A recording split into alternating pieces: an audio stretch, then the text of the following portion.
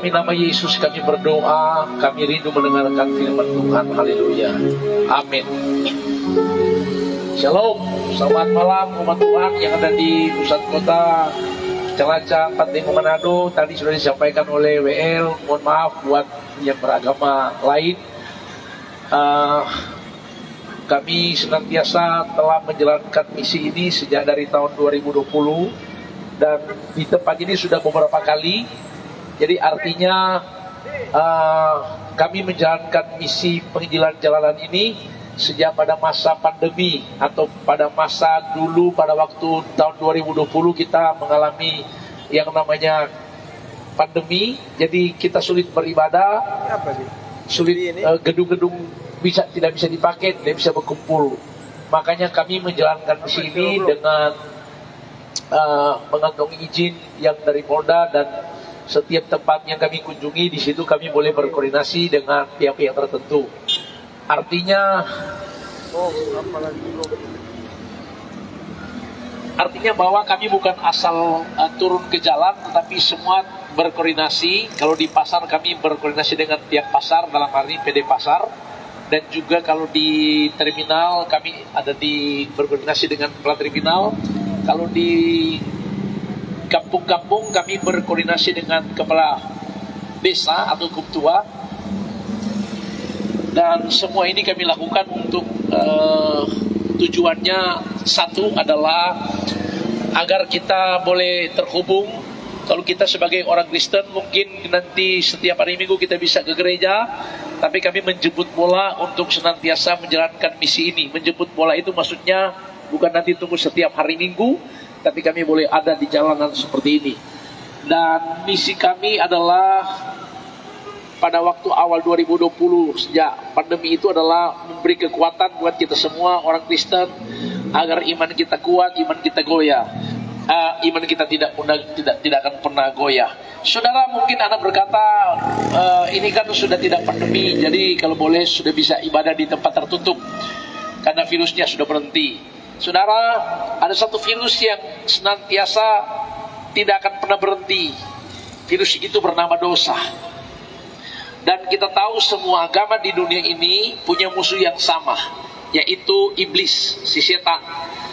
Jadi semua agama yang ada di dunia ini, kalau di Indonesia itu ada berbagai macam agama, semua pasti punya musuh yang sama, yaitu si iblis, si setan, yang akan senantiasa berusaha untuk menghancurkan hidup kita.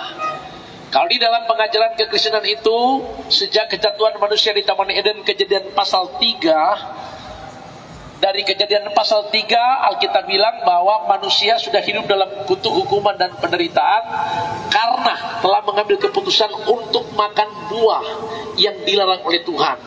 Ketika Tuhan menempatkan manusia di Taman Eden, Alkitab berkata, Allah berfirman, jangan kamu makan buah itu. Kalau kamu makan, kamu mati. Jadi pada saat manusia mengambil keputusan makan buah itu, Alkitab katakan maka hidup manusia hidup dalam kutuk hukuman dan penderitaan. Dan Alkitab katakan manusia sudah ditentukan untuk hari malapetaka dalam jurang kebinasaan, atau sudah memiliki kehidupan, sudah tidak mempunyai kehidupan yang pasti, yang jelas. Kalau awalnya memiliki kehidupan yang pasti, yang jelas, yaitu punya hidup kekal untuk selama-lamanya, umur manusia kekal selama-lamanya, tidak ada kutuk hukuman penderitaan di sana, manusia hidupnya untuk adanya, memiliki roh, jiwa, dan tubuh. Tapi karena dosa terjadi kerusakan. Dosa membuat manusia mengalami kegoncangan. Dosa membuat manusia hidup dalam tekanan, kutuk hukuman penderitaan, dan manusia tidak bisa melepaskan diri dari kutuk hukuman penderitaan ini. Saudara, dari pengajaran kekristenan itu mengajarkan bahwa karena kita tidak bisa melepaskan diri dari kutuk hukuman penderitaan, karena manusia tidak bisa keluar daripada ikatan dosa yang sudah mengikat manusia, maka Allah kita, Tuhan kita, datang ke dalam dunia untuk menyelamatkan manusia.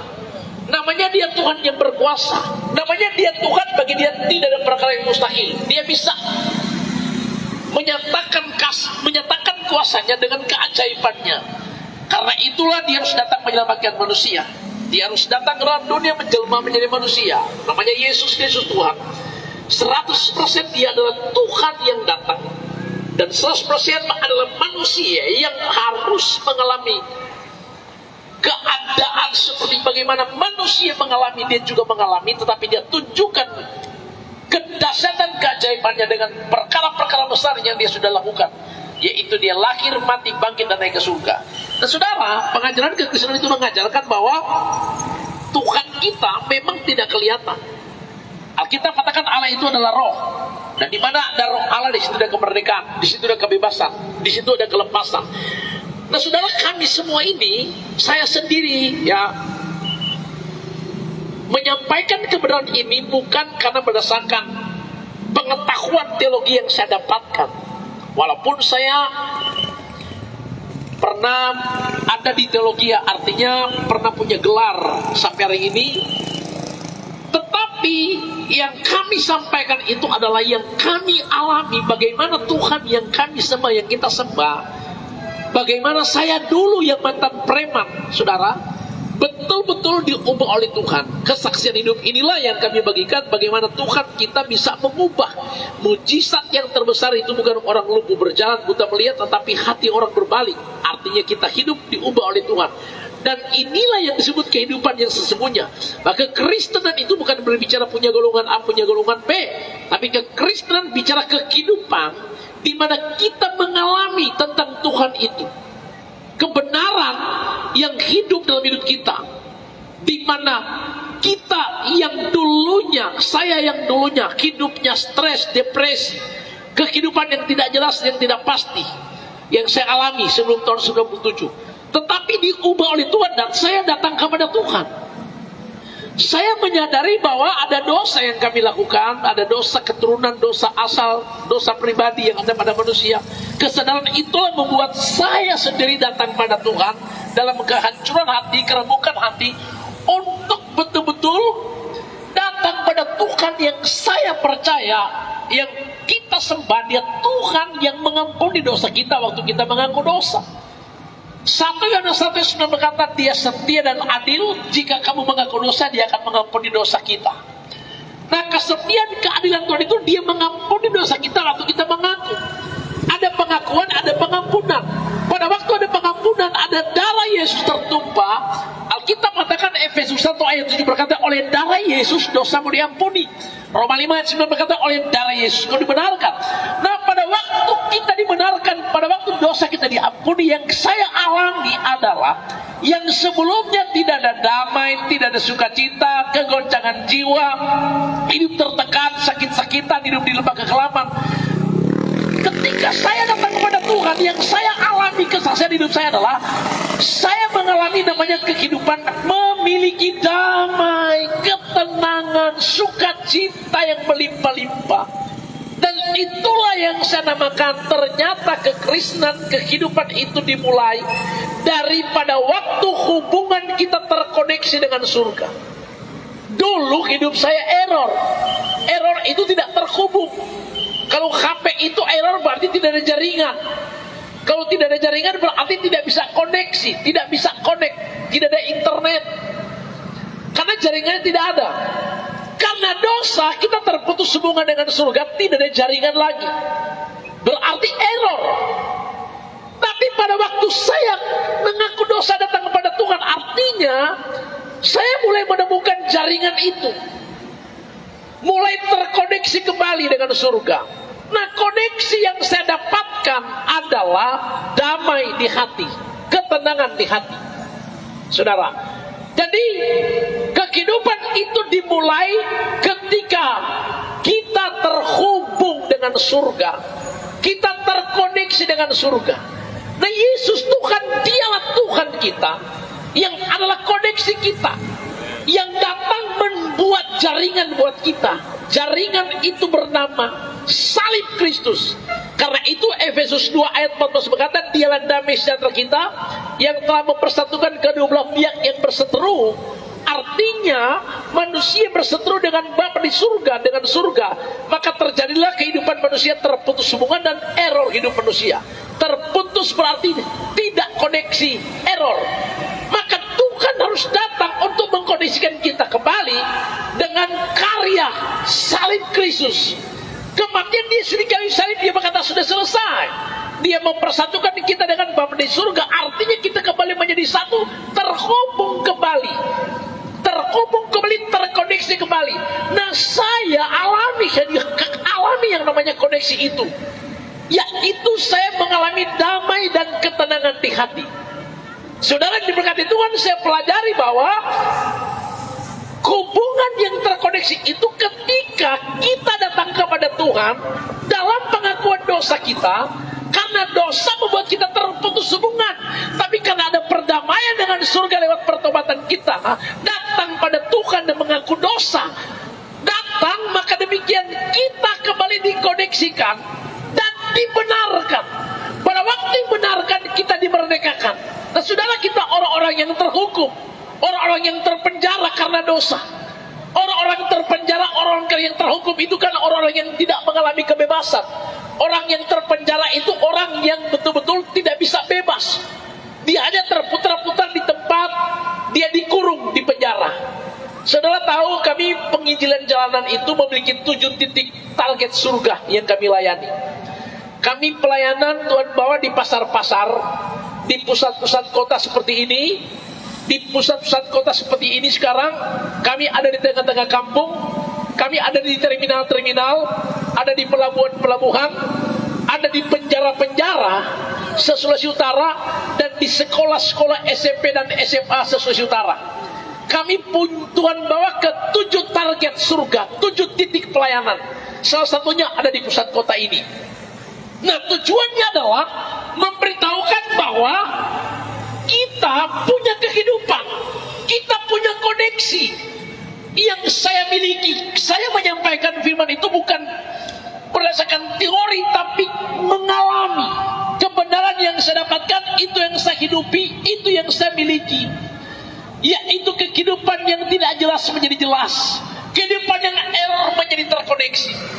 Nah, umat Tuhan yang diberkati Tuhan, saya sudah bilang tadi, semua agama di Indonesia, di dunia ini mempunyai musuh yang sama, yaitu si setan, yang hanya membuat kita gagal, hancur. Rumah-rumah tangga dia buat hidup dalam perceraian, kehancuran. Anak-anak muda dia bikin kita kehilangan masa depan.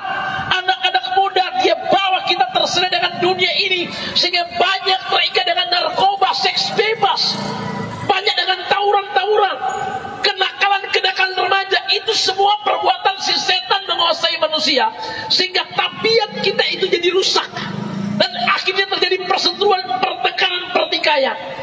Nah, semua agama di Indonesia tidak pernah mengajarkan kita ada permusuhan, ada permusuhan saling menjelekkan agama yang lain. Tidak mengajarkan seperti itu. Kita hanya mengajarkan apa yang kita dapatkan, yang kita miliki sesuai pengajaran kita. Kekristenan mengajarkan tentang hukum kasih. Hukum kasih itu mengasihi sesama kita. Orang tampal pipi kiri, kasih pipi kanan. Kita diajarkan untuk mengampuni. Nah, saudara, Yesus Tuhan yang telah datang ke dalam dunia ini, yang telah menunjukkan kasihnya kepada kita. Saya alami, saudara, bahwa saya yang dulu mantan preman, hidup abu-abu, hidup maling buku, hidup dalam kehancuran, kehidupan yang tidak pasti, tidak jelas, tapi diubah oleh Tuhan. Saya menemukan kehidupan yang terkoneksi. Koneksi yang saya dapatkan adalah damai, ketenangan, sukacita. Itu yang kami bagikan, saudara. Jadi kami semua tim Raja Wali ini dari latar belakang yang berbeda-beda, dari golongan yang berbeda-beda. Tetapi kami semua ini bukan orang-orang baik semua. Kami orang-orang maling buku, orang-orang hancur, orang-orang gagal, mantan-mantan preman, mantan-mantan napi yang punya hati yang rusak, pikiran yang kotor, tapi diubah oleh Tuhan. Diubah dengan karya kuasa Roh Kudus dan kebenaran. Itu yang senantiasa kami miliki, yang kami alami. Karena itu, saudara, orang yang belum pernah mengalami perjumpaan secara pribadi dengan Tuhan, orang yang belum mengalami perjumpaan pribadi dengan kuasa pengurapan Roh Kudus yang mengubah hidup dia, maka dia cuma punya selubung yang menutupi. Selubung itu membuat mereka tidak mengerti, tidak memahami, tidak mengalami. Makanya jangan heran, sudah lihat, sesama kekristenan, sesama pendeta saling menjelekan. Sesama pendeta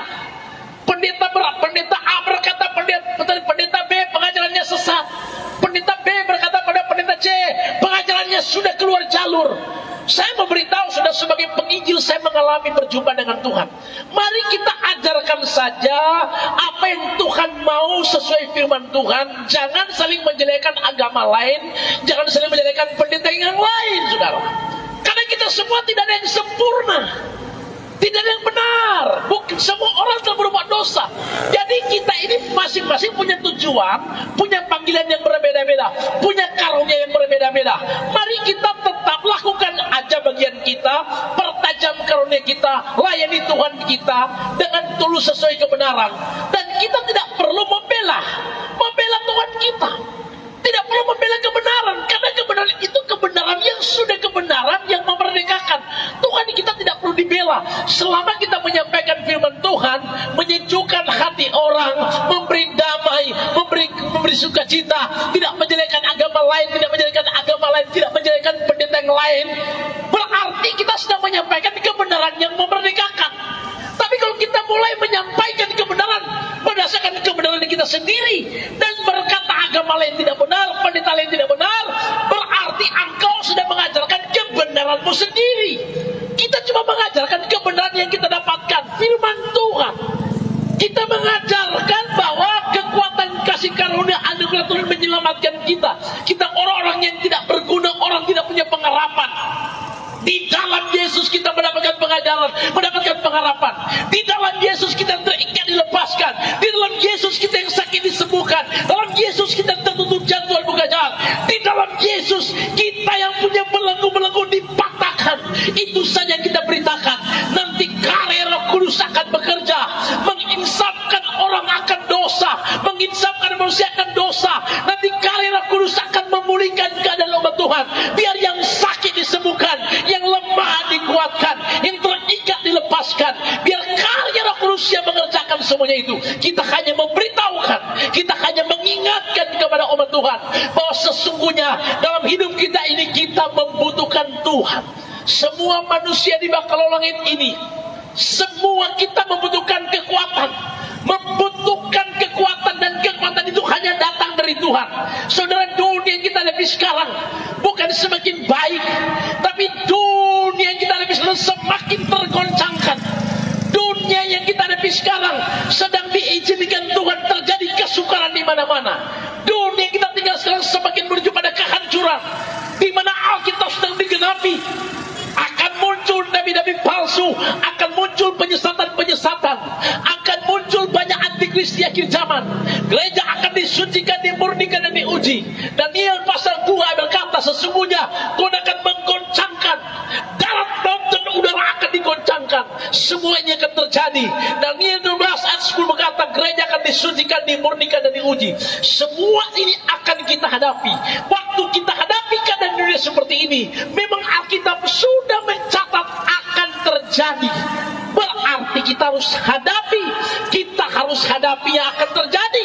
Nah, kekuatan kita itu adalah kita punya Tuhan yang menyertai kita.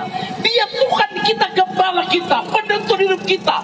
Dialah Yesus Kristus Tuhan yang senantiasa berkata, sekali-kali aku tidak pernah meninggalkan kau. Dia Immanuel yang menyertai kita dalam segala hal. Kita cuma Tuhan ajarkan supaya setiap hari kita harus menyadari kita butuh Tuhan.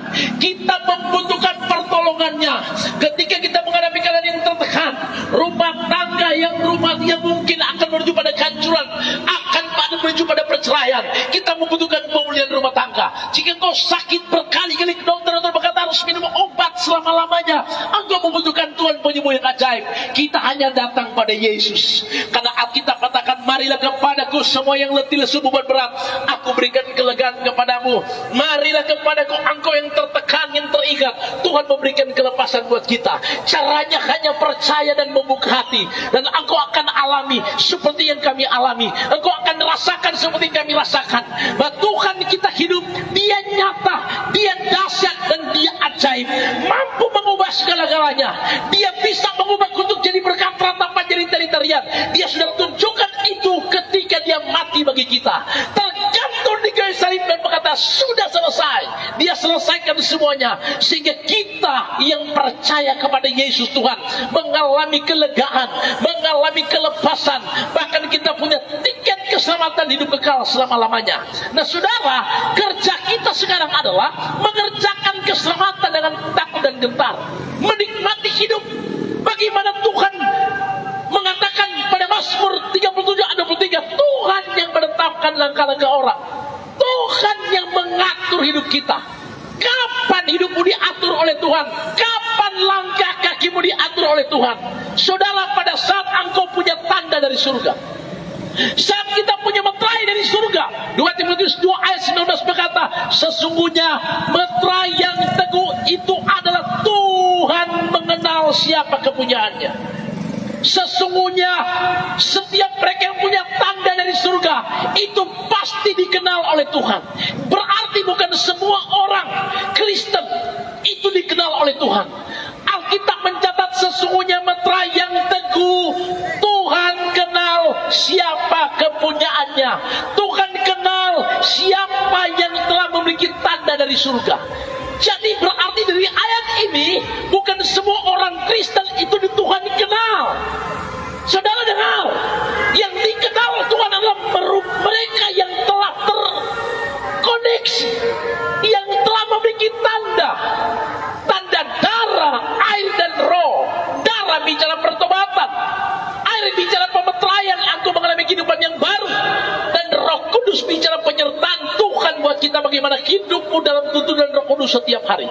Makanya saya bilang, di dalam kekristenan kita diajarkan bahwa bukan sekedar kita mempelajari kebenaran firman Tuhan, tapi kita mengalami tentang Tuhan itu lewat tuntunan Roh Kudus. Itu yang kami alami, itu yang kami rasakan. Nah saudara tahu, kalau orang dituntun oleh Roh Kudus, dipenuhi oleh Roh Kudus, maka dia akan punya kasih. Dia akan punya kasih karena ada kasih Kristus yang mengubah hidup dia. Bahkan orang yang dalam tuntunan Roh Kudus, dia akan senantiasa memiliki kehidupan yang searah dengan surga, mempunyai prinsip hidup prinsip surga, punya pola hidup pola surga. Nah namanya prinsip hidup prinsip surga, pola hidup pola surga, berarti di dalamnya hanya memiliki pikiran-pikiran surga. Makanya kita tidak diajar untuk memiliki pikiran-pikiran yang rusak, pikiran yang kotor, hati yang busuk. Kita cuma diajar untuk saling mengasihi, saling mengampuni, saling mendoakan. Kita cuma diajar untuk menikmati hidup ini. Saudara, ini yang harus kami sampaikan, bahwa kita sedang berada pada hari-hari terakhir. Di hari-hari terakhir Alkitab katakan, ketahuilah, engkau akan menghadapi keadaan dunia yang penuh misteri. Engkau akan menghadapi keadaan dunia yang saat ini kita tidak bisa mengerti. Akan muncul hal yang aneh-aneh tapi nyata. Dan ini semua akan kita hadapi. Tapi ketahuilah, seperti yang kami alami, bagaimana Tuhan mengubah hidup kami. Kami mengalami perjumpaan pribadi dengan kebenaran yang memberikan kami, itu Yesus Tuhan sendiri dan Roh Kudus yang senantiasa menguasai kehidupan kami. Itu yang membuat apa yang ada pada kami bagikan kepada saudara semua. Umat Tuhan yang ada di seputaran pusat kota Cilacap, Manado. Ya, seperti dikatakan Will tadi, kami mohon maaf kepada agama yang lain, tetapi selama kami tidak menyinggung, tidak menjelekan agama yang lain, denominasi yang lain, kami hanya menyampaikan kebenaran dan kesaksian hidup yang kami alami. Jadi kami mengalami bagaimana Tuhan yang hidup itu mengubah hidup kami. Dari kami, kehidupan kami yang tidak jelas jadi jelas, yang tidak pasti jadi pasti, yang tidak punya tujuan mendapatkan tujuan. Dan tanda bahwa orang punya kehidupan yang jelas adalah kehidupannya ada damai dan ada sukacita. Orang yang punya damai dan punya sukacita, berarti dia tidak akan hidup untuk senantiasa menjual apa yang ada pada dia, kehidupan yang ada pada dia. Karena lawan dari damai itu perseteruan, lawan dari ketenangan itu adalah kekacauan. Nah kita diajar untuk hidup dalam ketenangan, dalam damai dan sukacita. Itu yang harus kita jaga. Umat yang diberkati Tuhan, saya pelajari ketika saya hidup di dalam Tuhan, dari kehidupan saya dari mantan preman, saya mulai temukan ternyata ada 4 hal penting kita dipanggil oleh Tuhan. Umat Tuhan, ada 4 hal penting kita dipanggil oleh Tuhan. Maksudnya dipanggil oleh Tuhan, maksudnya begini. Seperti saya dulu dari kehidupan yang rusak, kehidupan yang abu-abu, maling buku, hidup di lembah kekelaman, hidup dalam kehidupan yang gelap, dipanggil Tuhan untuk hidup di dalam terang yang ajaib. Saya pelajari ada 4 hal penting yang senantiasa kita harus miliki, dan 4 hal inilah yang mau dicuri oleh iblis setiap hari. Yang pertama saya pelajari, kita semua, saya sendiri dipanggil Tuhan dari kehidupan yang tidak jelas, tidak ada damai, tidak ada sukacita, hidup depresi, tertekan, sakit penyakit, hidup dalam tekanan, kehidupan yang tiap hari penuh dengan kegoncangan. Dipanggil Tuhan untuk hidup dalam damai, dalam ketenangan, dalam sukacita. Dari kehidupan yang error dipanggil untuk terkoneksi. Nah, saya mendapatkan panggilan itu pada waktu tahun 97, pada waktu akhir sebelum tahun 97 saya hidup dalam tekanan, ketakutan, kegoncangan. Saya datang kepada Tuhan dan berbalik kepada Yesus. Saya temukan hidup ini. Kita dipanggil Tuhan untuk punya damai, ketenangan dan sukacita. Ketenangan sukacita inilah yang mau dicuri oleh iblis. Iblis mau curi ketenangan saudara, rumah tangga yang rukun dan damai. Dia curi, bikin berantakan. Dia bikin suami kugel, istri kugel. Dia bikin anak-anak rusak, tidak punya masa depan. Inilah cara kerja iblis. Dia hanya membuat kita semua stres, depresi. Dia membuat kita ada perseteruan dan pertikaian. Dia membuat ada kekacauan. Saudara, jadi iblis menghancurkan kita dengan cara dia datang mempengaruhi kita. Dia menghancurkan rumah tangga kita. Dia bikin kita terjadi perseteruan, pertikaian. Makanya jangan heran di mana-mana tidak ada kesatuan, karena masing-masing mempertahankan kebenaran. Iblis hanya membuat kita senantiasa hancur dan gagal. Dengar baik-baik, kita dipanggil Tuhan bukan untuk hidup seperti itu, tapi menikmati hidup yang penuh damai, penuh sukacita, penuh ketenangan. Kita boleh ada masalah, kita boleh ada persoalan. Contoh rumah tangga, bukan tidak ada masalah, tetapi ketahuilah, rumah tanggamu Tuhan telah memberikan istri bagimu, suami bagimu. Ketika ada persoalan, cepat menyadari, jangan terbawa arus sehingga kita tidak berdamai. Pada akhirnya Alkitab digenapi, jangan menyimpan amarahmu sampai matahari terbenam. Saudara, kenapa Tuhan bilang jangan simpan amarah sampai matahari terbenam? Karena biasanya kalau apalagi keluarga masih muda, kalau matahari sudah terbenam tidak beku baik, biasanya tidur nyenak beku polo. Kalau rumah tangga sebeku marah malam, sebeku marah dari pagi, tidur malam nyenak mungkin beku polo. Kalau rumah tangga sebeku marah, suami istri paling suami tidur di kamar sebelah atau tidur di sofa karena sebeku marah. Nah, kalau sempat PK 2 hari matahari sudah terbenam tidak beku baik, iblis lebih dalam masuk dalam rumah tangga kita. Minggu pertama suami tidur pada orang tua sendiri, so minggu kedua belum beku baik, suami so tidur dengan orang lain. Kenapa? Karena setan so masuk di rumah tangga. Karena itu mari cepat menyadari, saudara. Sampai juga kalau kita saling mempertahankan kebenaran dan tidak ada kerendahan hati untuk saling memaafkan di sana, maka akan terjadi di sana cuma ada kekacauan, cuma ada stres, depresi. Saudara, dari mana datangnya perseteruan dan pembunuhan? Itu datangnya dari perseteruan kehilangan damai.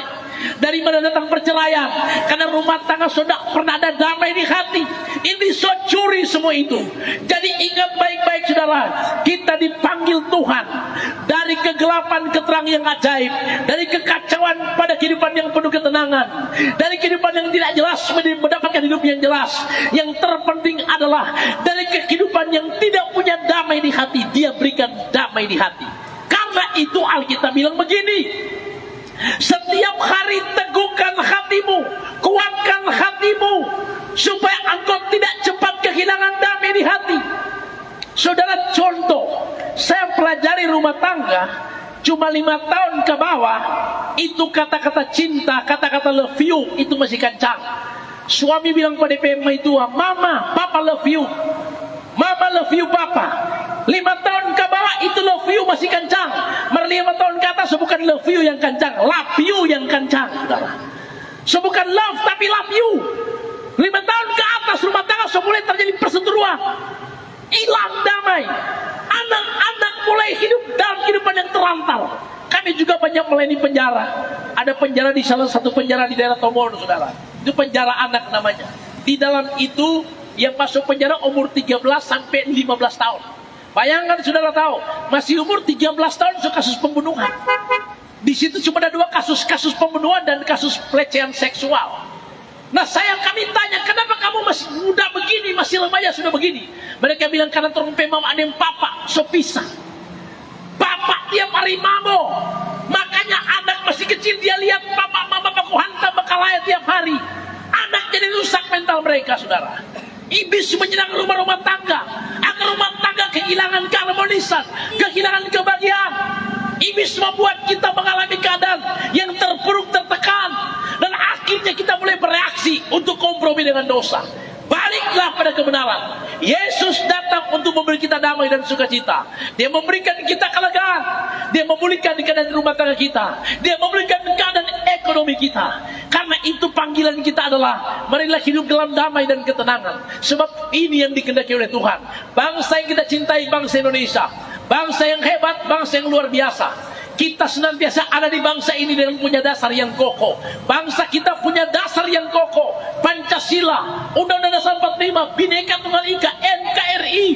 Bangsa yang kita cintai, yang berbeda-beda agama, berbeda-beda kebudayaan, suku dan bahasa, tapi kita satu di bangsa kita ini. Kita saling menghormati, saling menghargai sesama agama, tidak menjelekkan sesama agama, saling menghormati. Saudara tahu, kita semua ada di bangsa ini. Mari kita isi bangsa ini, isi kemerdekaan bangsa kita ini dengan menjadi warga negara yang baik. Kalau engkau pejabat-pejabat negara, baik eksekutif, yudikatif, legislatif, saudara, beisilah bangsa ini dengan jabatanmu, dengan engkau tidak korupsi. Jadi sekali lagi, eksekutif, yudikatif, legislatif, oknum-oknum pejabat yang masih suka menjajah bangsa kita dengan cara korupsi uang rakyat, pancuri uang rakyat. Saudara ada lihat di berita-berita, ya, kasus 270 triliun, itu bukan sedikit. Ya, dikeroyok oleh perampok-perampok bangsa ini. Saya sering bilang begini, mungkin mereka kebal hukum mungkin bisa dibeli. Memang sekarang oknum-oknum, baik dia pejabat, eksekutif, yudikatif, legislatif, oknum-oknum yang namanya jaksa, hakim, dan pengacara, mereka boleh memain-mainkan hukum, menjual beli dengan hukum. Mereka bisa membayar sehingga mereka bisa terlepas dari jerat hukum. Tapi ada satu hukum yang mereka tidak bisa lawan. Hukum itu hukum tabur tuai. Apa yang ditabur orang itu pasti dituai. Apa yang ditabur pasti dituai. Alkitab bilang menabur daging tuai kebinasaan. Karena itu saya memberitahu, mari kita sadar, jangan kita ada di zona nyaman, berlenggak-lenggok dengan kekayaan yang kita miliki, hasil rampok uang rakyat. Saya memberitahu, bangsa kita bangsa yang besar, sudah merdeka, tapi masih banyak penjajah di bangsa kita ini.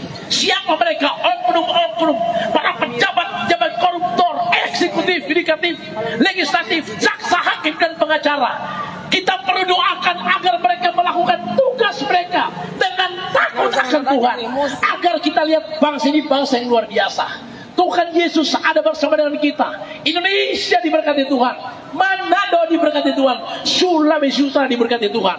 Bahkan seluruh agama-agama yang ada di Indonesia, betul-betul kita bersama ada di bangsa ini, mengisi kebangsaan ini, mengisi bangsa ini dengan apa yang ada pada kita.